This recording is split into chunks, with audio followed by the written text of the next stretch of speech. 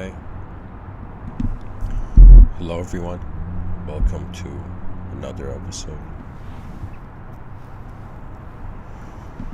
In this episode, I find myself interested to look at the idea of what is a dream and how does the concept of awakening apply, and to put both ideas together, what could the dream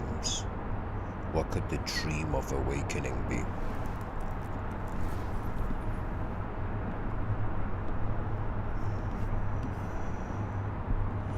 To start off, I would say that a lot of the problems, a lot of the concepts I engage in these Mr.Within talks, every human being has a limitation, when we are creatures in a changing world.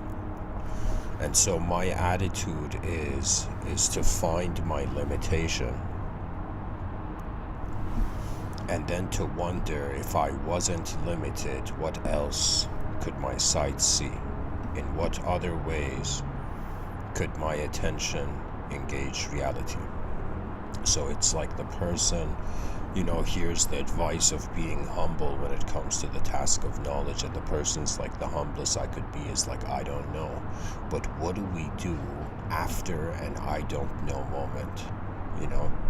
The human being is living in a world where there's so many things that can happen that it's as if nobody knows. That's the beautiful thing about living in a changing world. It's kind of like it's like the whole species is riding the horse of time. The horse of is consciously riding the horse of time in space. And it's as if we don't know where we are riding towards. We are the riders in the void. That's the beautiful thing about consciousness. So I want to get this out there, that these talks are not acts and instances where I am saying to the world I know something, but rather saying that when I have noticed I don't know, I am wondering what to do next.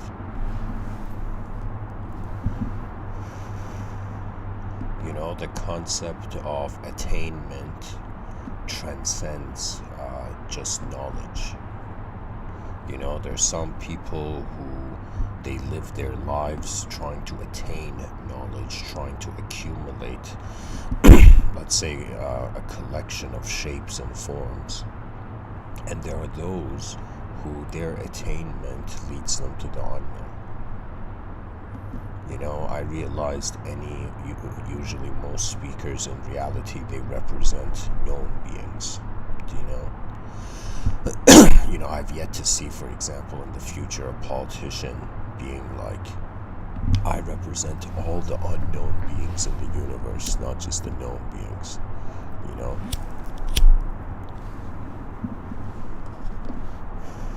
But really, what I'm trying to say is that the unknown is part of human nature.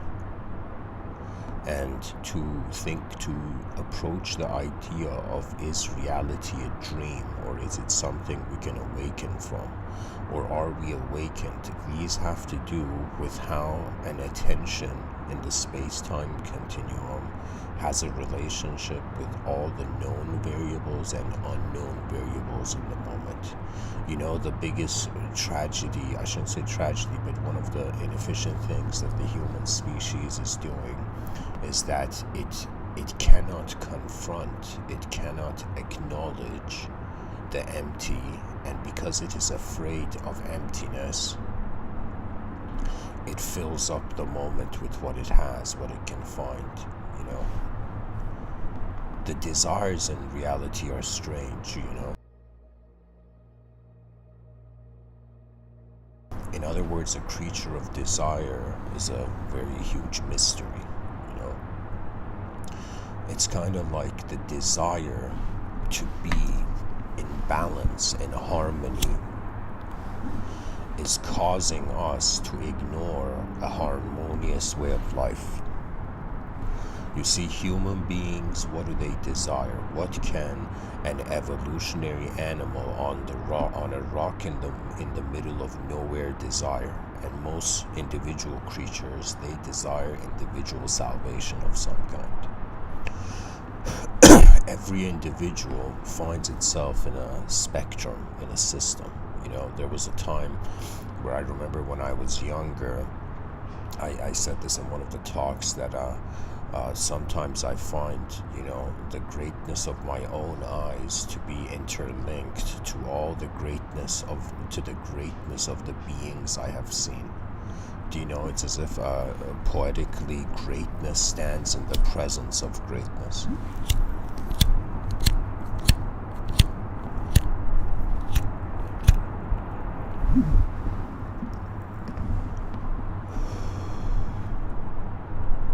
I remember when I was young, I think I was around 11, 12, and my father would come home after work.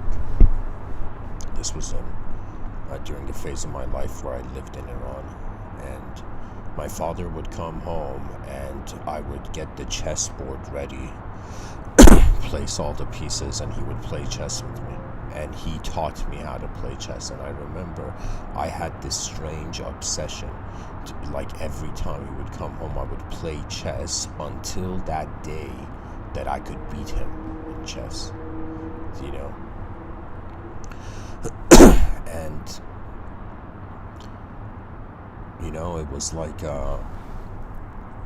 it was like I was in the presence of someone who had greater chess abilities than me.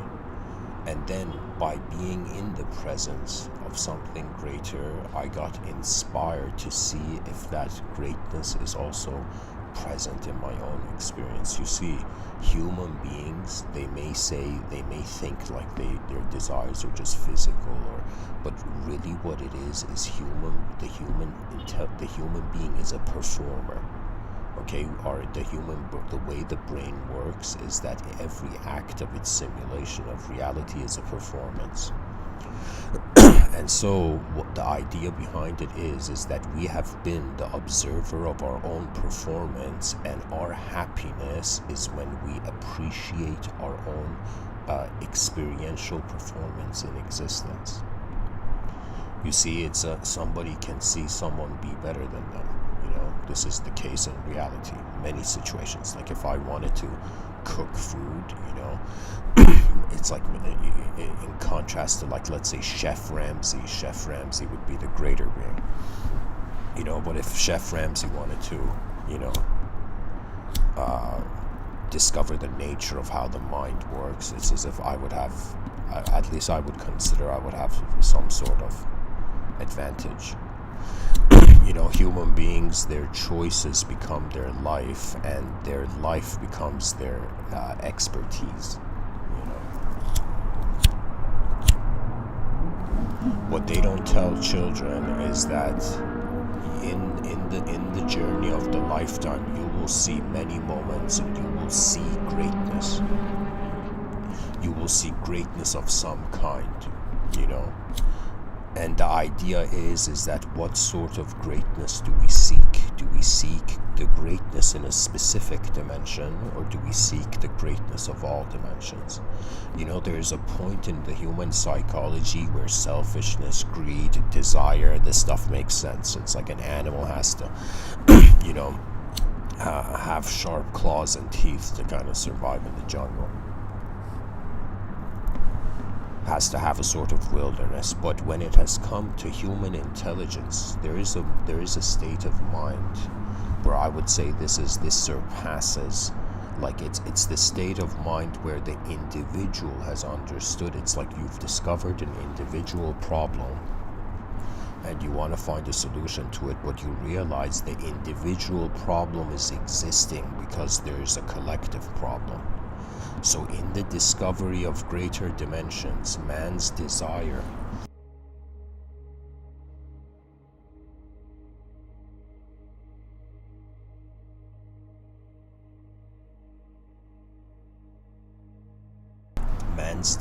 shifts from the excellence in lesser dimensions to unknown potentials of greatness.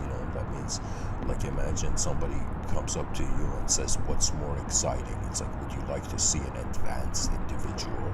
Like, would you rather see an advanced human being, or would you rather see an advanced system, which all human beings are advanced? Pretty much the story of the world is going to a place where the human species has to decide if we prefer, if it's more appealing that individuals just advance, or in some sense, is it more appealing to see the advancement of the whole system? For me, there's a beauty there that surpasses any ideal my ancestors had,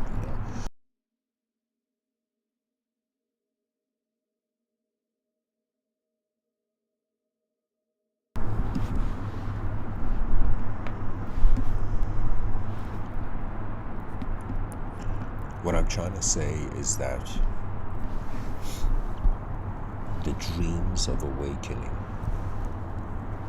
are a suggestion of, if desire was an arrow and there's 8 billion, let's say, archers, 8 billion human consciousness that can point its attention, it's as if, where are we aiming the great arrow that is our mind?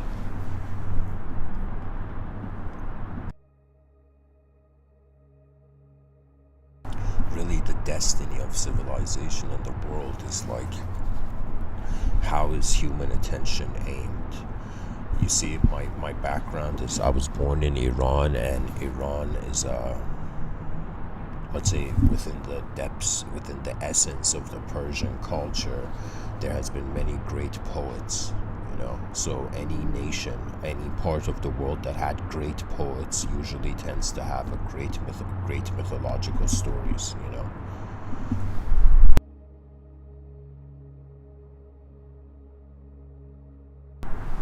And so there was this poet in, let's say, old Iran by the name of Ferdowsi.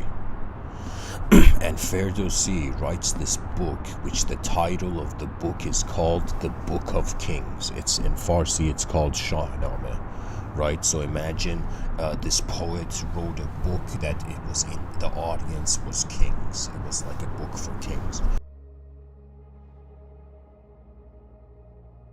Imagine a king looking at the local poet and it's like, write me a book, man,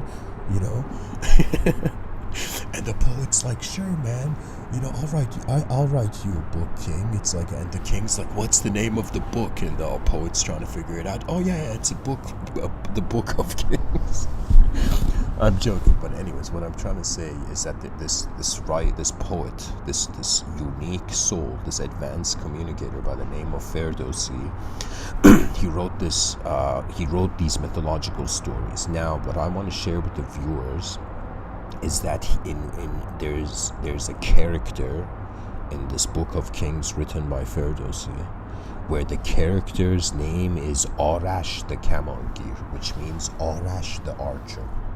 Okay, so there's this legendary archer in Persian mythology. And there's this way the poet has explained, like, the quality of this archer, as if in the Shahnameh it says something in the lines of Arash, like, this archer was such a great archer that when he released the bow and the arrow shot from his bow to his target, when the arrow of this archer hit his enemy, it was as if it was so intense, his precision was so otherworldly accurate, that it was as if, in the Shahnameh it says, when this archer's arrow would hit his enemies, it was as if the enemy never existed. Do you know?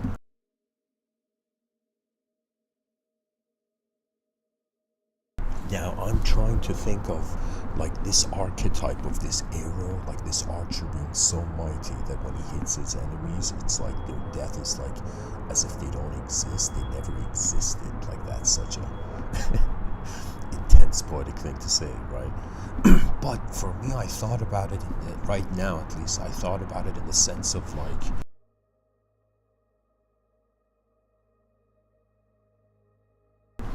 in the sense of the archer, that means the human mind, the human, like 8 billion human brains, they should become archers where their life force, it's as if we shoot the future. I should say differently. We aim at the future in such a way that when we reach the future, it's as if the suffering of the past didn't exist. You know, there's something that it's like no ideological system can comment, and it's that the greatness of the human being is how the energy of your life, directed through the ideologies of your mind, becomes the revelation of your soul. You know?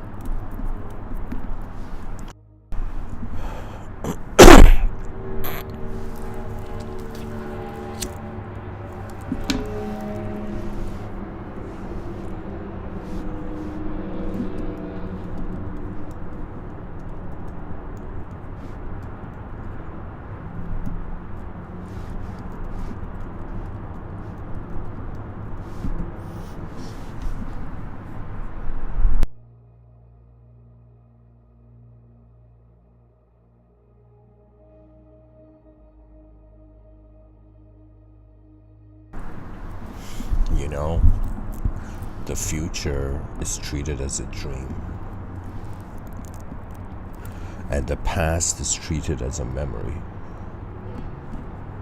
And the nature of reality has a multidimensional mystery to it, that it's as if, imagine you're somebody who's seeking mystical truth, and you're like, wait a minute, am I inside a simulation wondering what the truth is, or am I the truth simulating itself?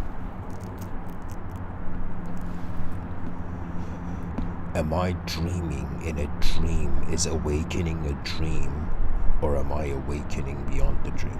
You know?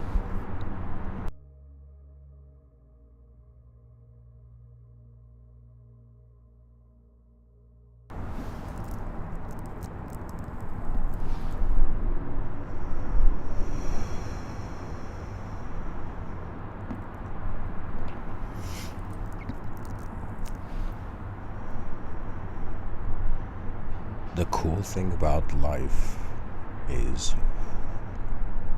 I guess, the idea of novelty.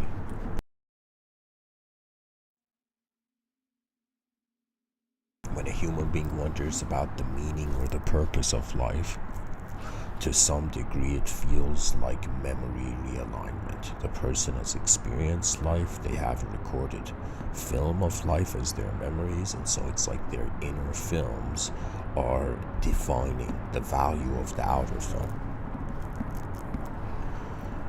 Right now it's very difficult to consider what the value of the human being would be without a mind. A mind is the conscious agency, you know.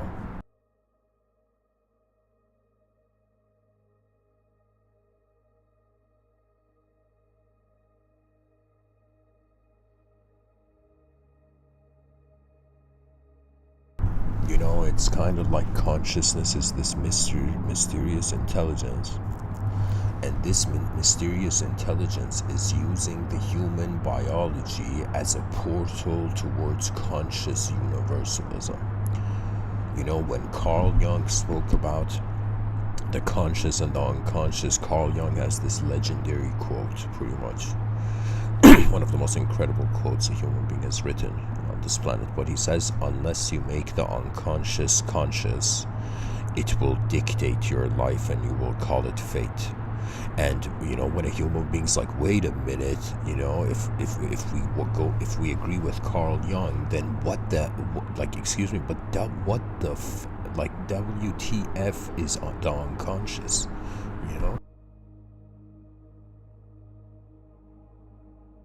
And really, the realization of one's consciousness is the realization that all of an individual's knowledge is the tip of an iceberg of a universal event. You see, it's kind of like our minds are being private skies for the outer world we see, for the information that enters our eyes.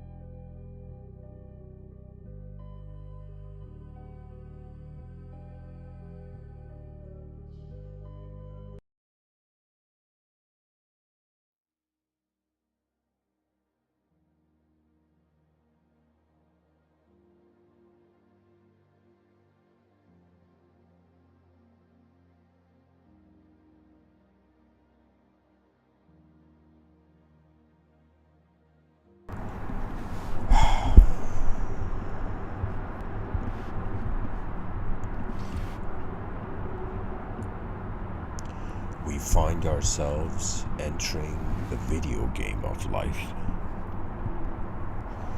Consciousness has logged into a character, free will is the character customization, and the experience of the lifetime is like how an unknown player appreciated a world it didn't completely exist in.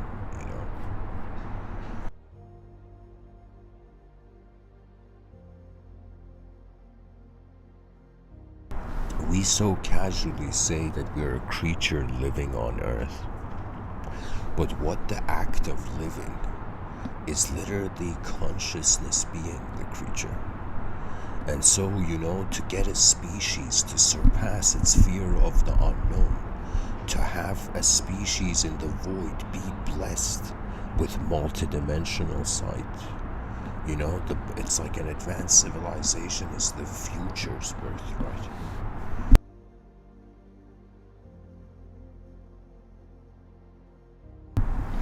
The idea is that, let's say, there's some sort of force or poetically a spirit in the human being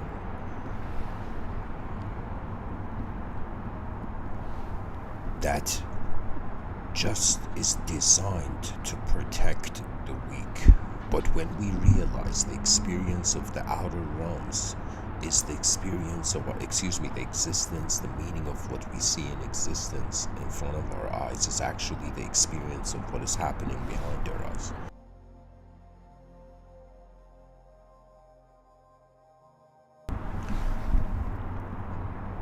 When we realize the attributes given or extracted from what we see as the world or an inner working, it's as if, let's say, there's a Superman trying to save the weak, okay? Can on some level be Superman trying to protect the weakness of himself, right? Because I thought about the archetype of, let's say, the superhero Superman, and I'm like, why was this dude, just protecting humanity, As if, if you had Superman's power, you could be an unstoppable villain, right? Like, if Superman wanted to be a bad guy, people on Earth would be like, we didn't expect this, So why was Superman being a good guy? And it's the archetype of the protector. And why does the archetype of the protector exist?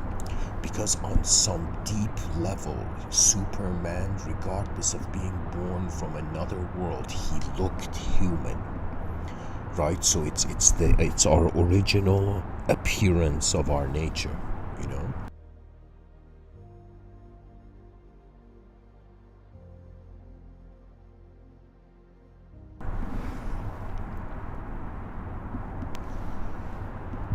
And it's kind of like, imagine you're someone who protects the weak, and then you suddenly realize you are weak. And so the idea comes, how does one protect the weakness of their self, how their self is weak? And the answer is kind of like that scene in the movie Matrix, where like Neo sits on this chair and he suddenly like knows kung fu, you know.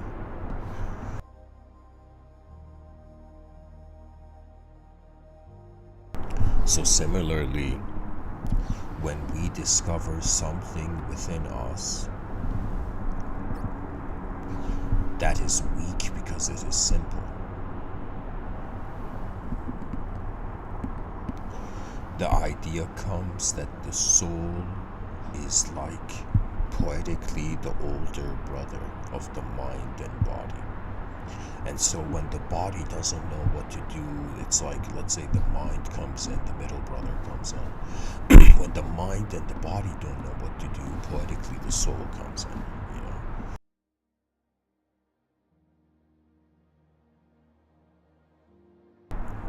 You know, we have this idea that everybody is being a soul, like spiritual people. They look at the world and they're like, okay, that guy has a spirit, you know, that puppy has a spirit, that, you know, houseplant has a spirit, you know.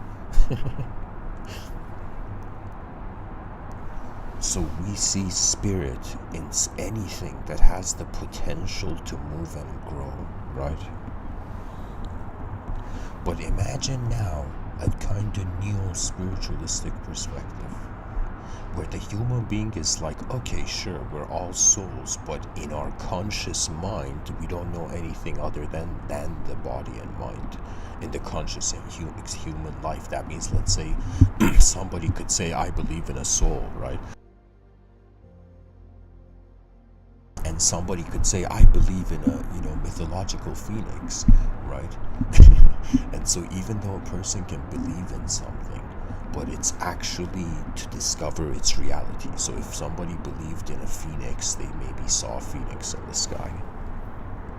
Now, if somebody believes in a soul, now this is the proof of the soul, that to believe in the soul is like to believe in that which is looking to believe in something. You see, it's your original, it's kind of like we have a presence that is not biological, call it soul, call it unknown.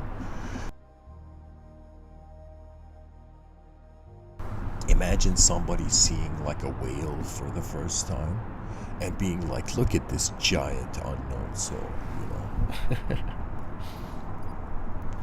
And so when we realize really what it is all of life is just how the unknown moves the known and how the known moves the unknown. When the known moves the unknown, we're like, yeah, free will, you know, spiritual liberation of self, you know. It's like self-power, you know, empowerment. But really what it is it's a coin. It's double-edged. We are living in a double-edged world for now. You know, that means to be a physical being, some part of your intelligence has to be able to consider the opposite. Just like we look at a good person and we say, okay, how is this person good? Because he's not doing bad things, right? So we need the concept of bad to have an identification of good. Similarly, we need to have a context of non-physical to be able to pinpoint the physical. And it's as if without the mind, it's as if the body had no owner, you know?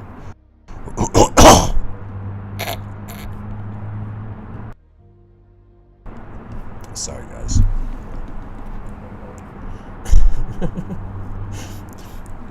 People are like, Mr. Within is creating sound effects in his lectures, you know, yay.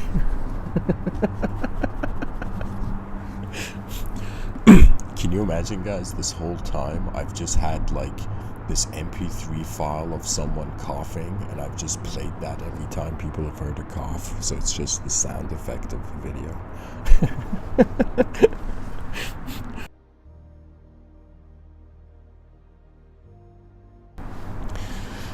I don't know, through the smog of an inefficient world, in the trenches of an inefficient world,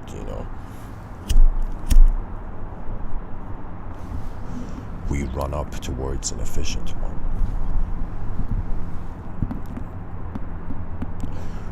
I'm sure there have been human beings that have, just like a person takes let's say you go to an art gallery and like the artwork is inches away from like your line of sight, from your eyes, and so when the person takes a step back they can see the full artwork. And I feel there have been human beings, scholars, philosophers, certain human writers, certain human beings who have literally taken a step back from what it means to be human, to be able to see the full picture that mankind is destined for a multidimensional engagement with reality.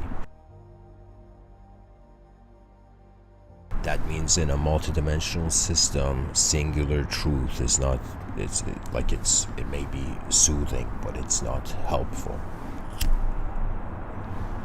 I was thinking that it's like, how do we build an advanced civilization? And I thought, what if I go and tell like the enlightened community to, try to get the enlightened community to like build an advanced civilization,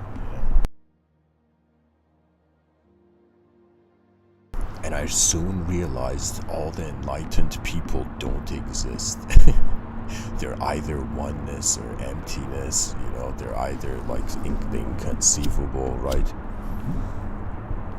For some people, spirituality is a excuse for escaping reality, right? But for some, it's like reality is a spiritual experience. The consciousness to something in the middle of nowhere, it's like, what gets more divine than that? We are like how emptiness is moving as a shape. We are the shape of this realm. We are not just part of the universe, but our minds allow us to be conscious that the universe is an activity, right? Because a human psychology is based on, possible activities they can do. The life of the moment, it's like the genuine soul, or let me tell you this, the authenticity of one's own soul arises when one can acknowledge the simplest variable in their moment. That means, let's say you're someone right now, whoever you're listening to me, you're in some dilemma, some problem you need to solve. I'm telling you, just like a bird, go find the simplest branch of this problem and look at the problem from there.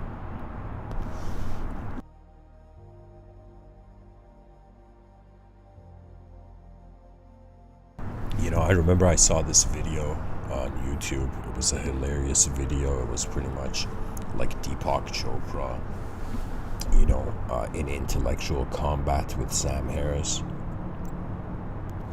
And there was this moment where, Deepak Chopra was like, preaching the truth of Vedanta. He was saying that it's like the consciousness is non-local.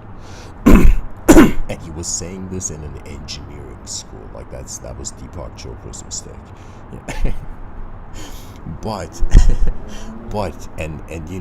he was saying it's non-local. And from the, let's say, materialistic, from an empirical perspective, it's as if like real existence is a location. So to have something exist and be non-local is impossible. Right? But what I feel Deepak Chopra could have said, or if there was somebody else there, what they could have said,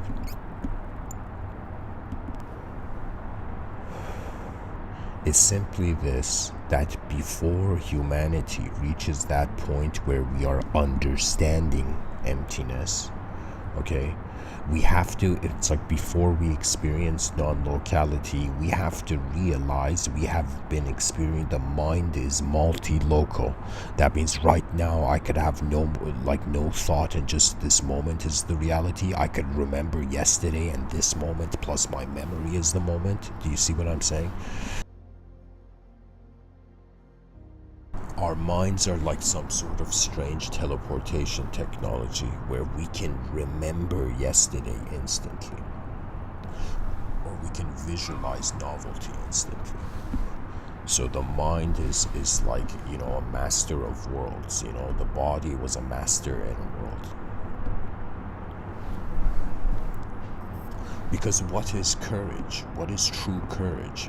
Imagine somebody is like a scared soul in an unknown world, and this scared soul is like, man, I'm so afraid. I'm such a coward.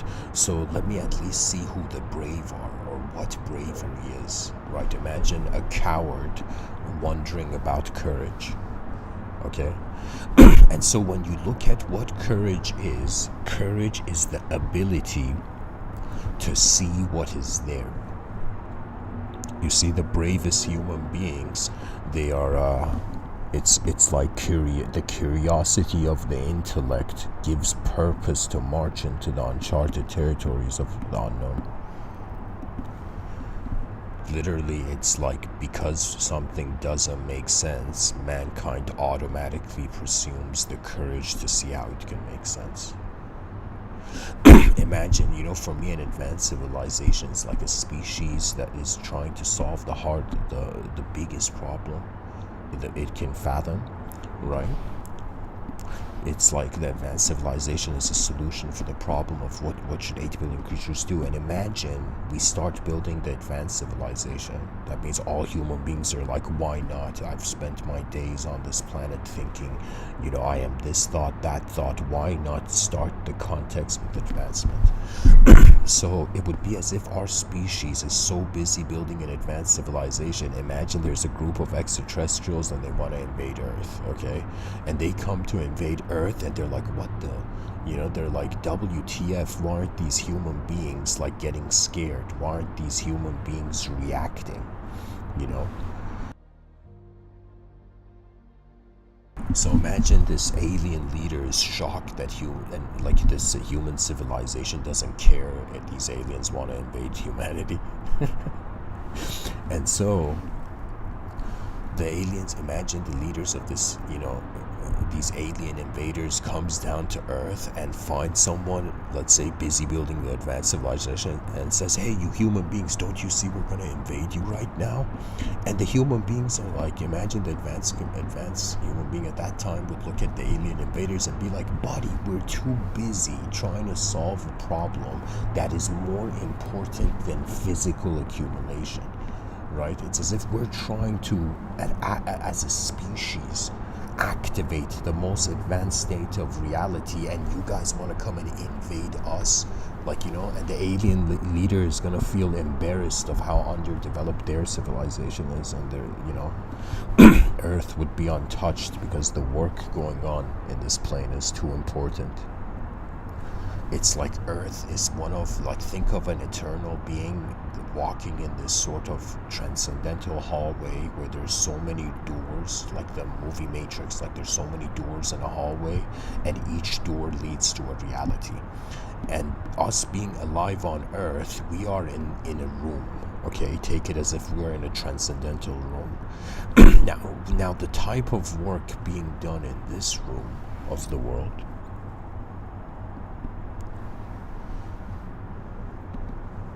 it's like really important, That means it's as if the boredom of mythological gods has been resolved through the advancement of humanity. We are like that part of the middle of nowhere that is trying to expand consciousness everywhere, right? It's very hilarious, there was a time I thought, what is the purpose of humanity? But little did I know the light in our eyes is the purpose. The purpose of human consciousness is to emanate the efficiency of the dimensions it has access to the whole cosmos.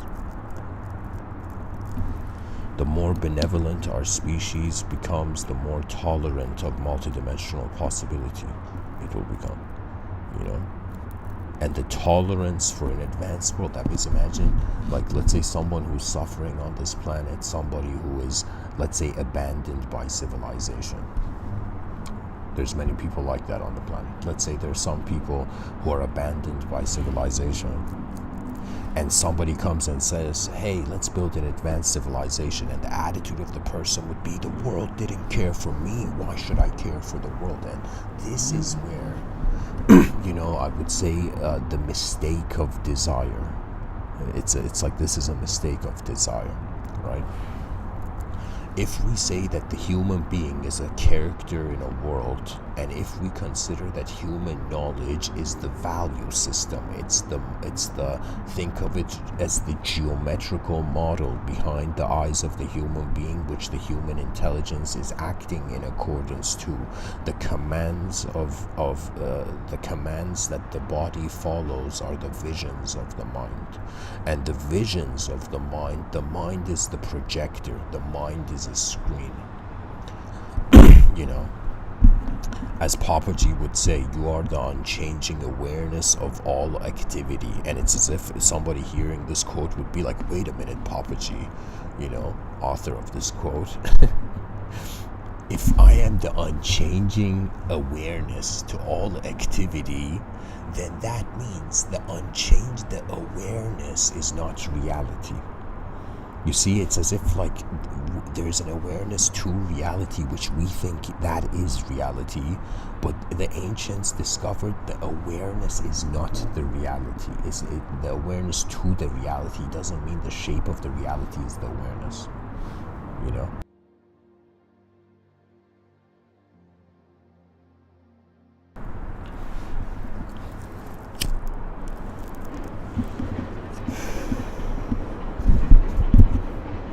You know, there's moments I experience which sometimes I don't know if, you know, it's you know, a karmic advantage or disadvantage sometimes. But there's moments I have where I try to intellectually conceptualize the significance of reality, and midway I realize I am cherry picking in an infinite garden of geometrical possibility.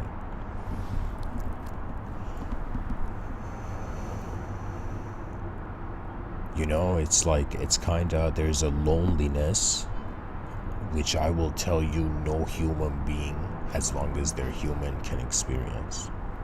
And it's poetically the loneliness of eternity, the loneliness an eternal being feels, right?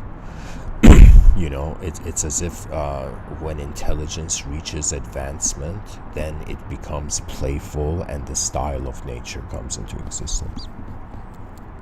So on some level, what we see is as like, you know, trees and mountains, rivers on earth, are on some level, you could say, the playfulness of an eternal advancement.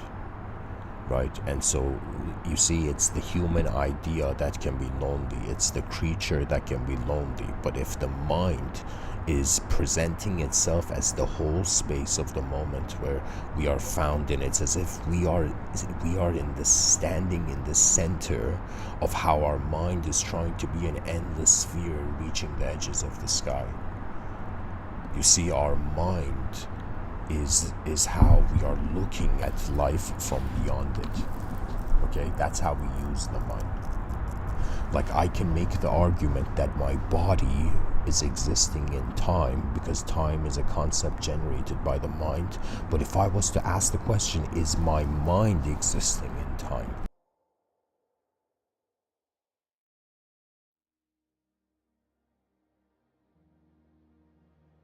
It's like the mind created the concept of time, and we're like, does the mind exist in its own creation? And we have to, as a multidimensional being, it's like, it's always a yes and no answer. Imagine an eternal being had a conversation with a temporary being, and the temporary being asks the eternal being a question. Hypothetical story, okay? A temporary being asks an eternal being a question, and he says, hey man, as an eternal being, how do you know what you're doing is right or wrong? Imagine a temporary being asks an eternal being this. And the eternal being looks at the temporary being and he says, when you become an eternal being, you're going to realize that the activity found between two dimensions is kept in a space which has a privilege of being the unknown's freedom of any sort of conceptual knowledge. So what that means is, poetically, the ability and potential of our mind, think of it, a mind that can become eternal is a mind that can literally go beyond the universe. And when we think of a moment beyond the universe, no skill and achievement in the universe is enough. It's as if the person realizes Earth is one room of a cosmic mansion, and we thought the whole one room was the whole building. The exploration of consciousness, whoever you are listening to me, treat yourself as an unknown conscious agent.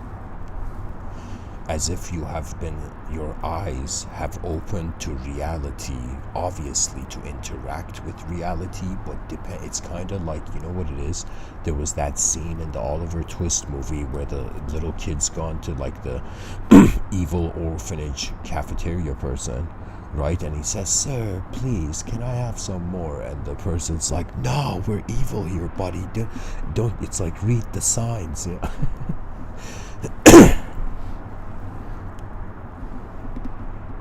And so it's like every human being has a plate in their hand, which is the opportunity of their lifetime.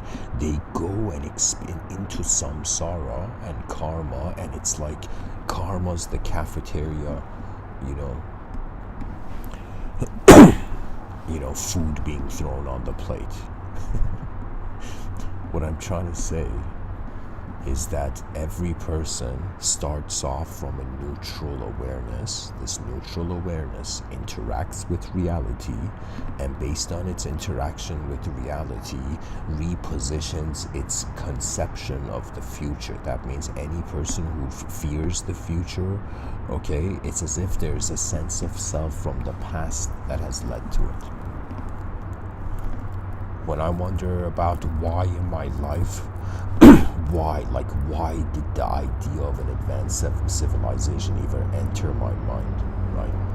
And you know what I realized? It's because I cared for what was here before I was. When you care for only how you are here in the world, selfishness becomes a sort of lost in your own world game. But when a person realizes there was a value to reality before we were born to consider how it's even real, there has been an ancient movement, right? It's kind of like people don't see it. Just like there's 8 billion physical, biological bodies moving on the planet as human beings, there's also a mental event. It's as if somebody says, man, look at how many people walked this earth and died, like in history. But the person says, look at how many inner realms were simulated.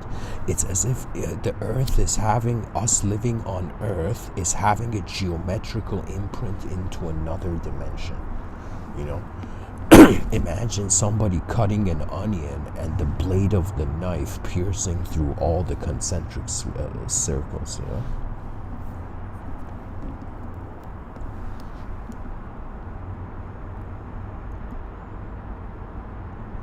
I think it would be too much of a stretch if I suggest like onions are alien technology because of their unique geometry, but like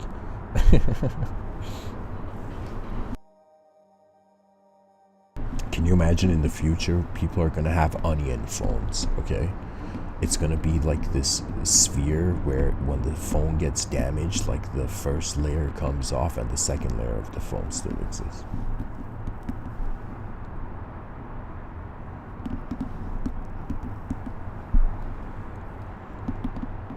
I don't know why are 8 billion creatures conscious.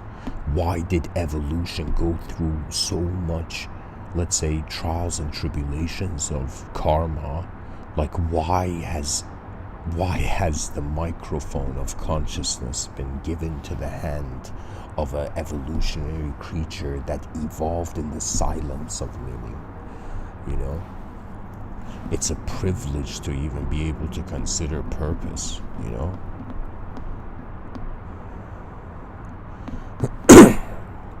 That means dreams and ambitions are hilariously the luxury of the mind, right? Somebody could say, you know, I want, you know, let's say infinite money. Let's say the person wants to go and look at their bank account and be like, yeah, I see an infinity sign there. That's what it should be, you know.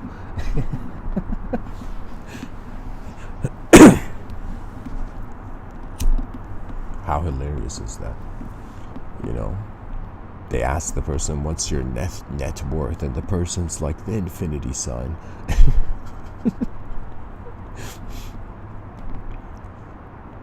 A person can desire. A person can, in their mind, simulate something, you know. But its value to the outer. You know, it's like being a human being is like learning to cultivate instantaneous knowing through the journeying of all the senses of self your mind creates. You know, it's like the mind is performing in an invisible theater that the free will can see to use as information to engage the moment.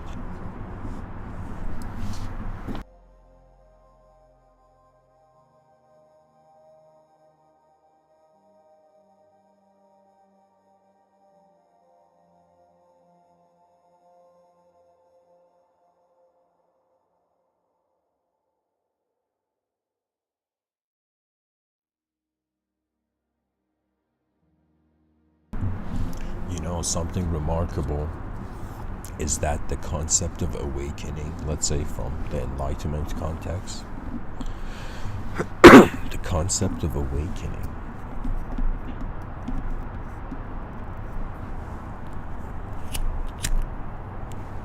the person wonders, awakening from what, you know? And so it's as if the dimensions we see to the dream, to the world, suggest that the dimensions in the type of dreams we have to surpass.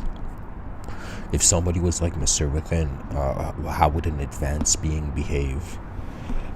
I would say an advanced being is the definition of a being that notices to the best of its ability all the dimensions accessible to its intelligence and wonders about what could be the most instantaneous solution. For me, I'm like the instantaneous behavioral solution of the human species is for everybody to start acting like they are already living in an advanced civilization. That in every moment, the most advanced decision is somewhere lurking, you know, somewhere there. The person thought they had bad karma until they realized they had to walk a bit further.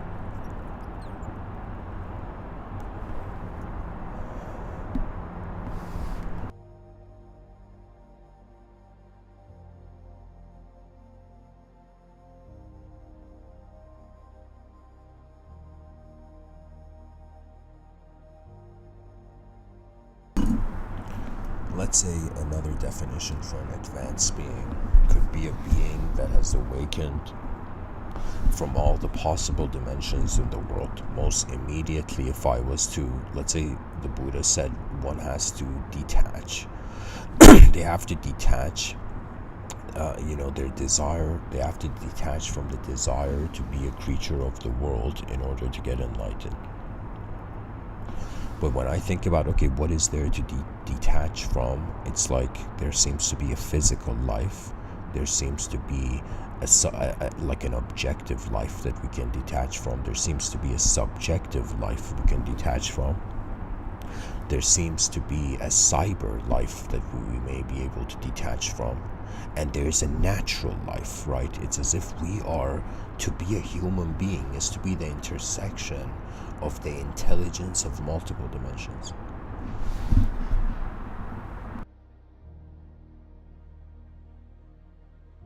And why is it that they say people who have lived longer are wiser? Because they have accumulated more reference points of selfhood.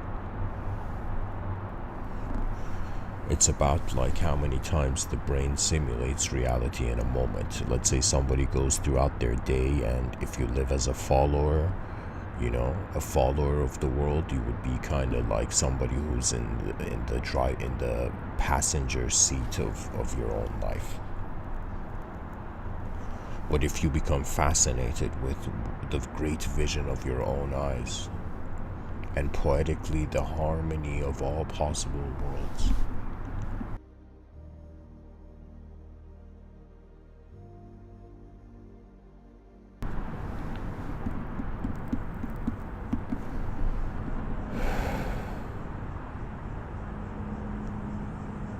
It's like we awaken from the dimensions that hold reality.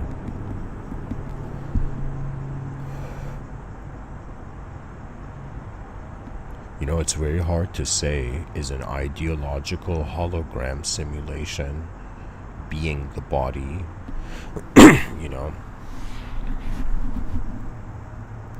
Imagination is like inner realm holograms.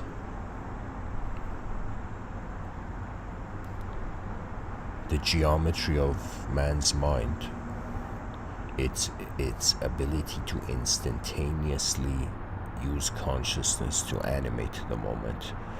Every human being has cultivated, who's alive, has cultivated some sort of awareness to how existence is being. Right, so there has been a indirect existential master. Let's say living, to be alive, is to be training for the future. Who are we living for? Is who we are living for a creature in time? Should we care for how our ancestors' eyes were open, and should we care about how the future's eyes will open?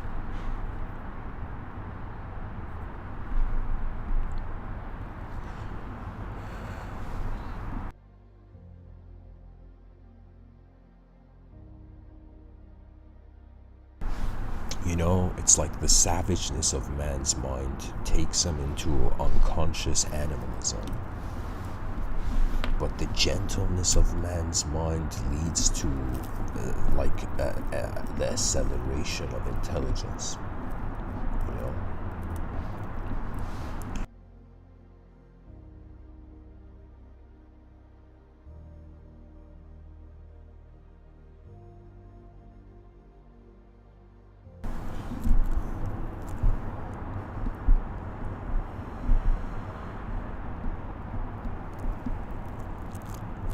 It's like if somebody was to,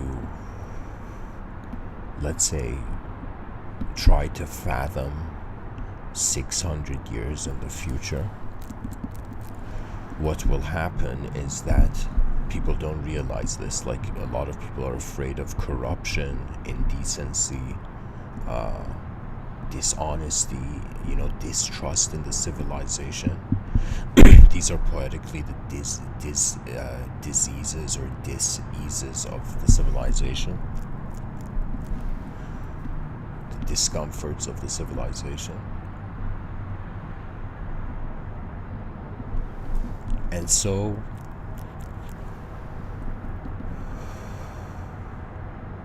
when we realize the world never needed to suffer, that behind our eyes we are choosing the stories we tell that become our lives.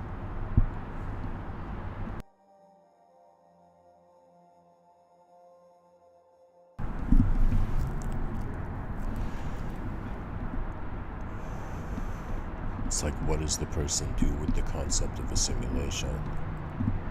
And what does someone do with the concept of awakening? We look at the simulation, we realize it cannot exist without being a simulation of something. We look at the truth, and truth was never something to be found. It's something that's just there. It's like the presence of existence is the truth of existence.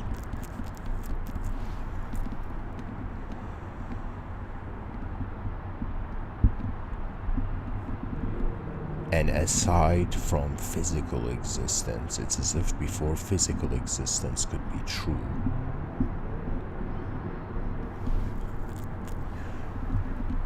an awareness, and a sort of non-physical unknown awareness. It's as if human consciousness is, the second stepping stone. The first stepping stone is how we intelligence animated to cultivate an unknown life. That means it's kind of strange. It's like before we were creatures in the cosmos, we were unknown states of how being is right.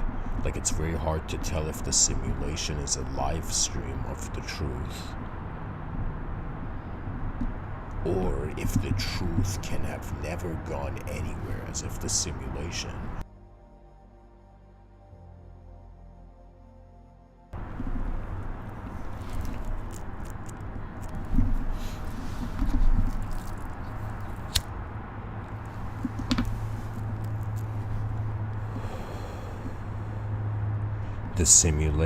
was a blindfold.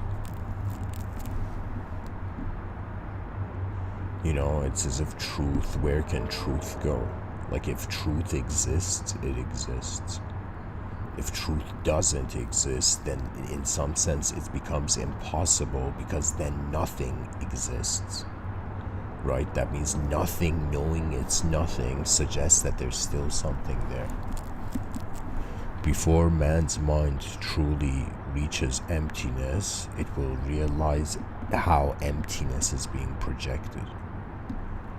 It's like the person thinks about the concept of how human beings are mortal creatures, and the person's like, okay, do I fear death, or do I fear how my mind is interpreting death? It's as if, the life is an opportunity to get to know what sort of being we are, right? Getting to know poetically your own invisible self. The secrets of your mind are waiting for you to, in some sense, attend to them. You see, the mind is the best way I could say anybody trying to live a spiritual life. It's like the idea should be, I'm speaking to, let's say, people who entertain metaphysical realities.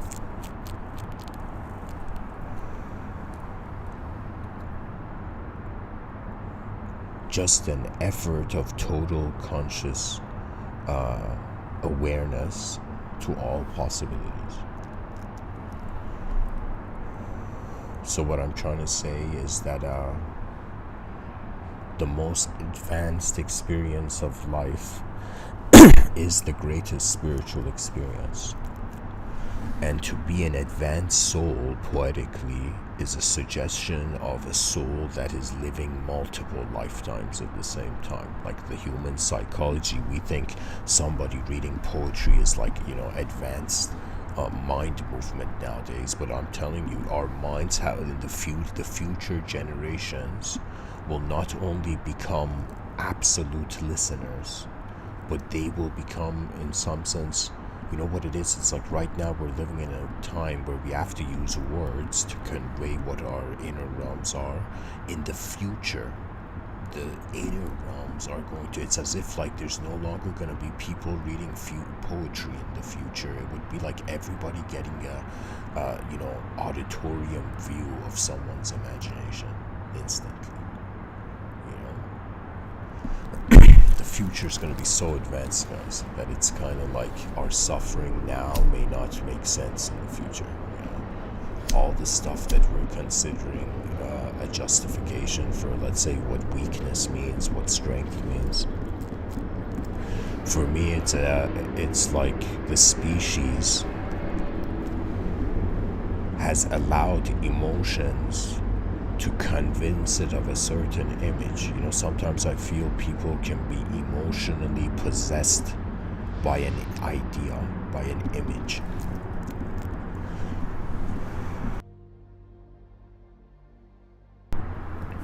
The safe house of the soul.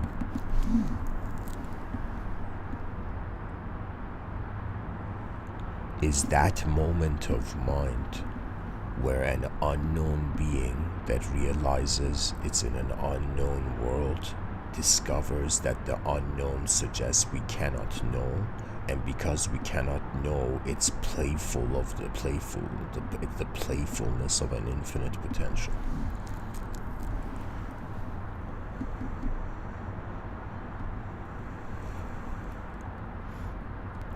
Imagine somebody, they make a mistake, right? And instead of taking responsibility for the mistake, they're like, man, that was my ego's fault.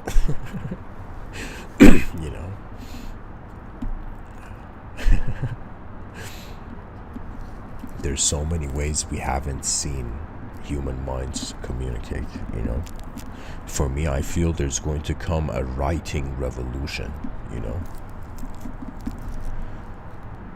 where the worlds behind our eyes are waiting to enter the world in front of it. That is what creativity means. It's your mind's gift to the cosmos before you leave. Like, that's the nature of human intelligence. We live an advanced life because the possibility is there, but what does advancement mean, right? Like, if let's say somebody wants to build an advanced civilization, what is the smartest strategy? Do we go convince everybody physically to behave in a certain way, or do we have a discussion on the level of mind? Because really what psychology is what vision is moving the moment. That's really all psychology. Like, I'm not I would say I'm kind of like a poet, writer giving these talks, but I'm saying, like, I could totally see how a psychologist is sitting in the room, and there's, let's say, imagine someone there in the room, and the psychologist is just trying to figure out what kind of being the other person is, and in reality, to characterize the character, the abstract character we see in each other. It's like sometimes I feel like what we see is what we want to see rather than what is actually there, right? And so the more emotional a person is, their decisions are kind of based on what they want to be real rather than what is real, right?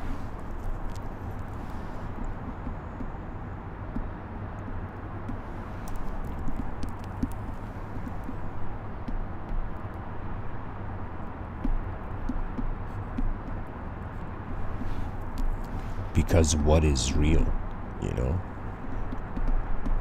The person says imagination doesn't exist, but then the idea of self is being imagined to say that. What's funny? There has been evil people trying to, let's say, keep the human species de-evolved. But hilariously, nature is so smart that rather than solving problems of the past, it opens new eyes, right? It's as if the problem is a dimension, the solution is also the creation of a dimension, right? Because what is the concept of self-worth? It's like a, unknown witness looking at the archives and through the folders of all the senses of self. It has accumulated living in this world, right? And then from the storehouse of all the worlds we have walked through, right, we cherry pick the significance, right?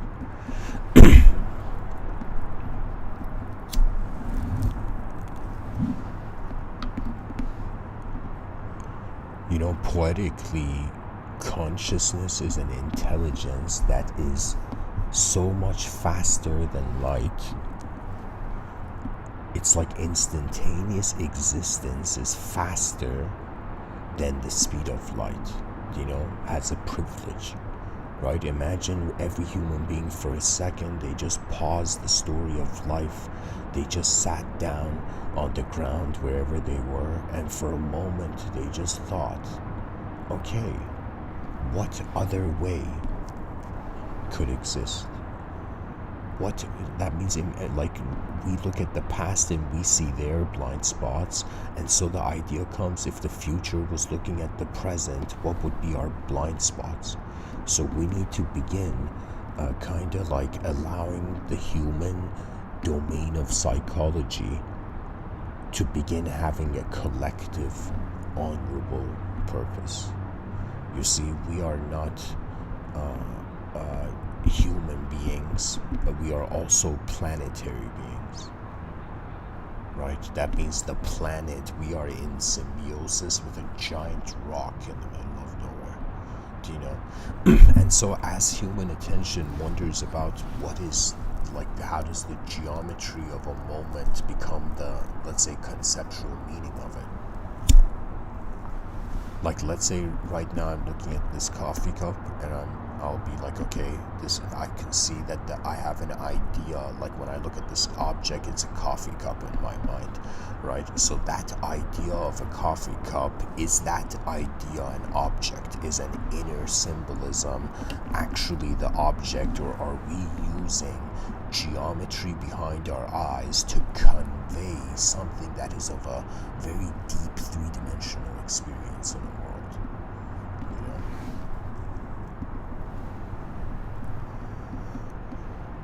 It's like our minds are advanced technologies that, because we've all been trying to fit into the story of the world, we have not, as the poet Rumi says, like, unfold our own myths, right? It's as if, imagine every person as a soul is a lion, and every person can choose how the energy of their lifetime becomes the roar of their soul. There's so many ways the mind can move. Creativity is another way of saying somebody who has cared enough to change the variables of the concept of something and then change the variables of the context, right? Like when a person, let's say you try to solve a Rubik's Cube, and you move the Rubik's Cube in a certain way that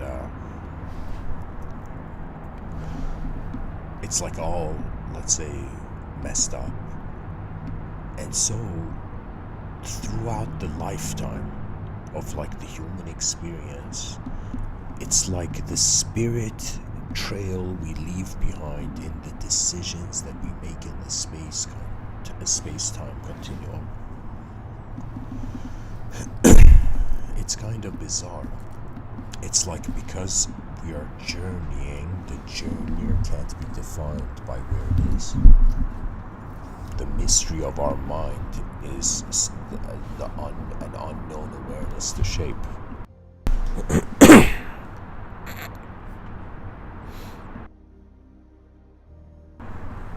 Sorry, guys.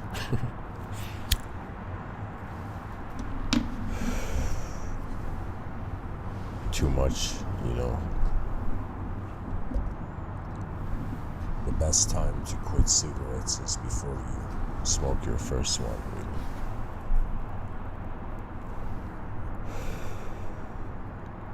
Every individual has a karma. Meditation is to be able to observe one's own karma and begin to wonder about how the context of their mind. It's as if your mind is a universal being and your body is a human being. And the person's like, okay, which do I choose? Do I dissolve myself in infinite universalism of just awareness?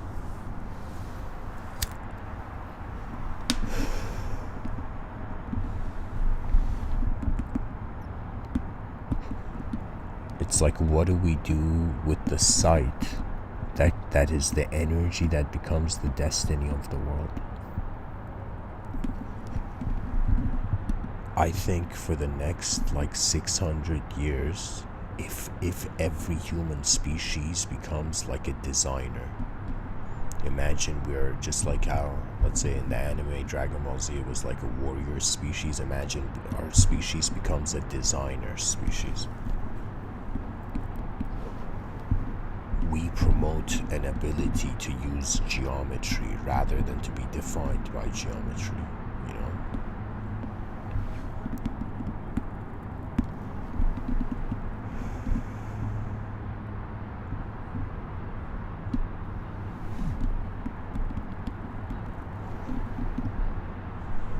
Advancement means that we found a way to live through multiple dimensions efficiently. That's really what advancement is. And communication is the tip of the iceberg, you know? That means there's ways the world is moving that, based on what kind of explorer we are, based on the, you know, the banner of decency we carry,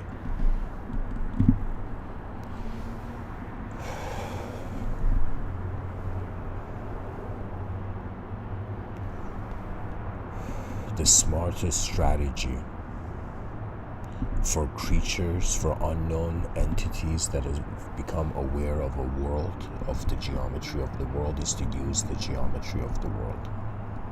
Just like the evolutionary, let's say, ape jumped from branch to branch, you know,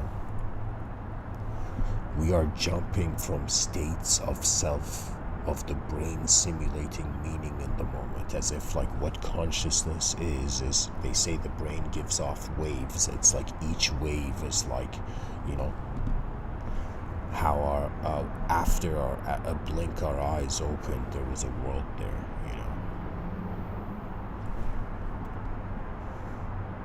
For me, the search for truth converted into an appreciation of knowledge, right? It's as if these are like ancient techniques, right? You know, in modern society, right, people don't care about writers, but in ancient society, people worshipped them. Do you know? You know, who knew the 6th century was an incredible time to be a writer, you know? The most influential time to be a writer. So you see, writing is a divine art, you know? And it's one of the technologies where the inner realms can enter the outer realms. Writing is proof that there's a life behind our eyes, you know. Any sort of creative act, let's say you're someone, you heard good music and you're dancing, it's like that moment is the creative act. It's just what wisdom seems to be, is a species becoming so conscious of the geometry of its existence and of the space and awareness of its experience. And when you realize all the dimensions that you have created as runner-ups for truth, they were all simultaneously present. You see, it's hilarious. It's like, let's say a bunch of infinite beings were competing, and it's like the reward is like an eternal space, right? It's as if truth is necessary because, you know, a simulation is accepted, right? Imagine somebody went up to Buddha and he said, Buddha, you know, what's your teaching? And, you know, and Buddha says desire is the source of suffering, enlightenment is freedom from suffering,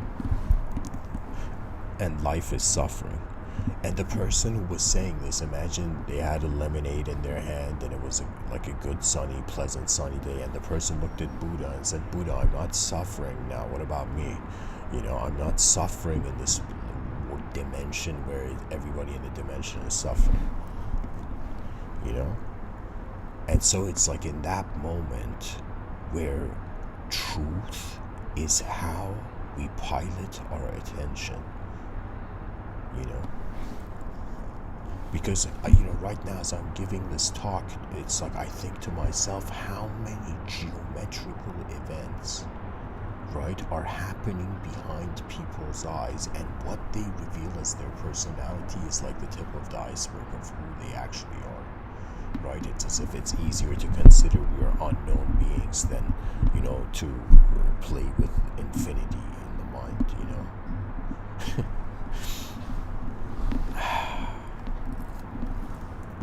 The chat section is quiet tonight,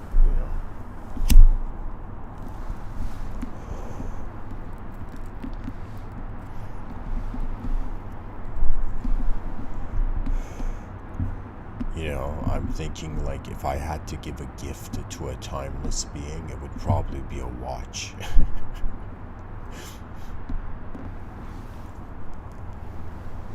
Trust is an initial command. There's a mystery to philosophy that goes beyond. It's like something the mystic, the sci-fi writer, and the philosopher had in common, that they cared to see what the future could be. Right now, people are so stressed because of their past that they don't care about the future. That's not an advanced civilization. The inefficiency of our modern times is that we are convinced by our inner realms before we can even wonder about the outer realms. Because the type of truth that people seek on earth, believe it or not, it's kind of like to be a statue behind their eyes till the end of time. That's not truth, right? It's like truth, let's say, is an act of honesty. Honesty is an act of observance. And the depth of observance, like even Aristotle would say, it's the sign of an educated mind to entertain an idea without accepting it. So it's another way of saying the best way to use our minds, to use the human mind, is to realize we're not actually the mind. Right? So it's as if when you, imagine a driver in a vehicle who thought they were the car, right, suddenly realizes they're the driver in the vehicle, okay? So it's like being a human being and having a spiritual experience. It's kind of like a repositioning of how ideology matches a direct experience of what the moment is. There's something strange about this world, that if we choose to abandon the artificial, only truth is left.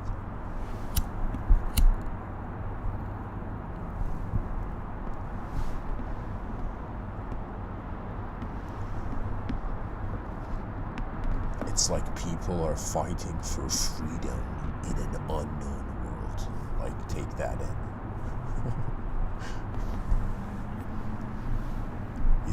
Right now I see like videos on YouTube where it's like, how do you prevent war and whatnot, right? And I was thinking, it's like how you prevent war is in like a 5-minute conversation, an apology and a recompensation,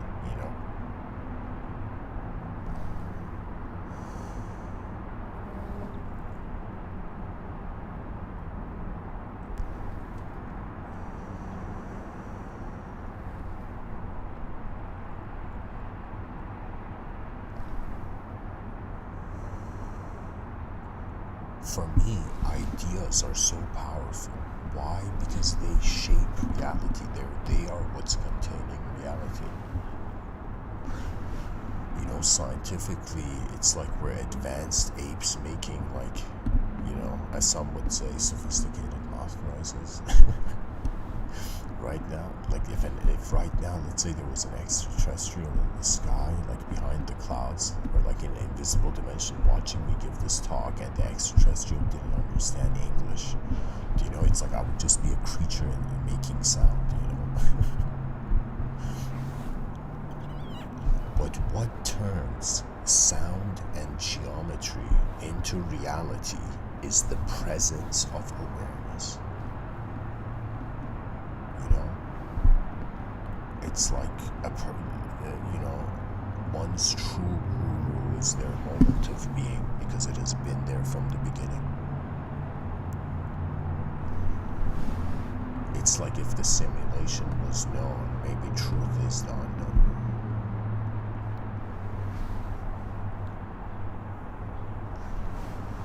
like, the simulation could be on the level that we are thinking we're human beings, but we're actually an event of nature, right? It's like people think like if the earth was personified with the earth, with Mother Earth be angry at her children, and I would think no. It's kind of one of those situations where the earth is like, here, humanity, you have this time slot of existing, what are you going to do about it? And so humanity has to decide, right? So it's as if the species has to build up to that moment where it can efficiently decide on not a global vision, but a universal vision, right? It would be the time where politicians are not talking about their visions and plans for like 4 years, right? But they're talking about the advancement of everything that is existing. Advancement is like how the light pulled, the seed from the soil into its existence, right? If a person is not burdened by ideology, the attention has an ability to just be present. It's kind of like bizarre. It's like the greatest power is not a power you find, it's an instantaneous one.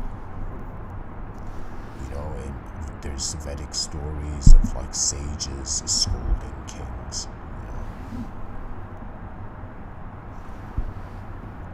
And there's even stories of like Rishi Vyasa, where I think it's in the Mahabharata, where it's like gods come down to this sage on earth.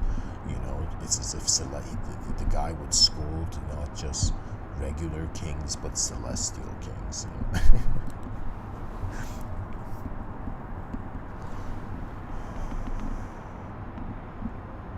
Ultimately, we are all serving the future of the kingdom of humanity. It's like what wears the crown is not a human being, but it's the greatest idea of what the future can be.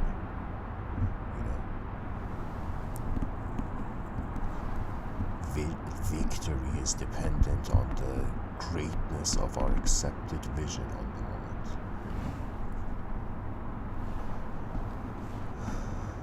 So the dreams of awakening.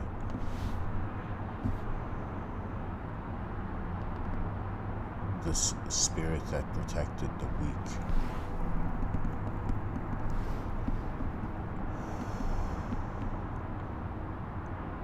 The title can also, I could have written it, The Simulation of Truth.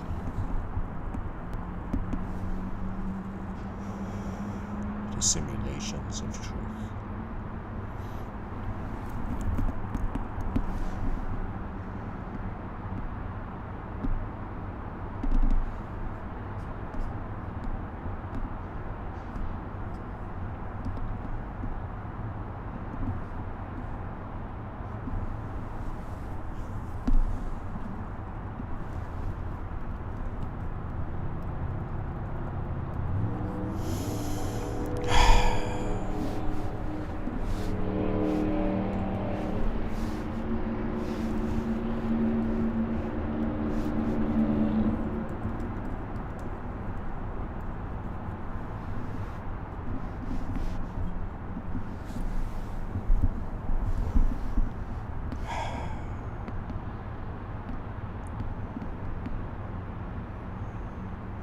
Once the person just realizes life is like there's the observed and there's the one observing it, when one realizes it's not just physical existence that's happening in unknown ways, but it's also one's psychological existence and experience of existence that's happening in an unknown way. So it's kind of like stationing your sort of newfound identity in accordance to a greater vision. So it's as if it's like when your eyes saw further, it's like they had to make a choice of who they could be,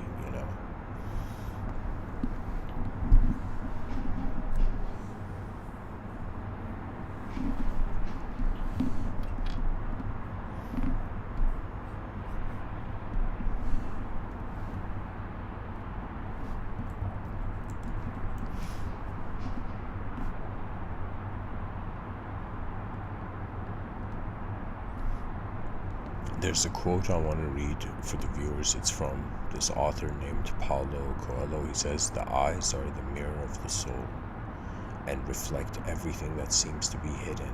And like a mirror, they also reflect the person looking into them."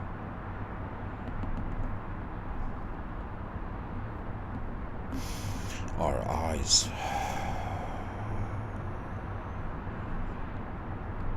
They are how the moment is being true.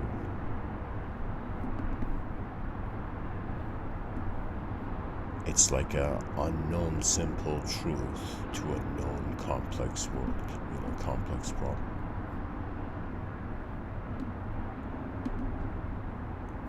It's all about contentment. I think what mastery means is the contentment with all dimensions in the moment.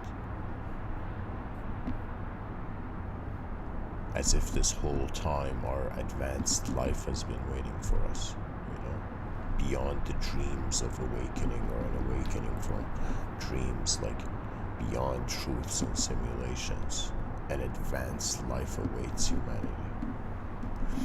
And I think that's a good point to end off this episode. Thanks for listening, guys. What else did I want to say? Oh yeah, rise, mankind, rise. Namaste.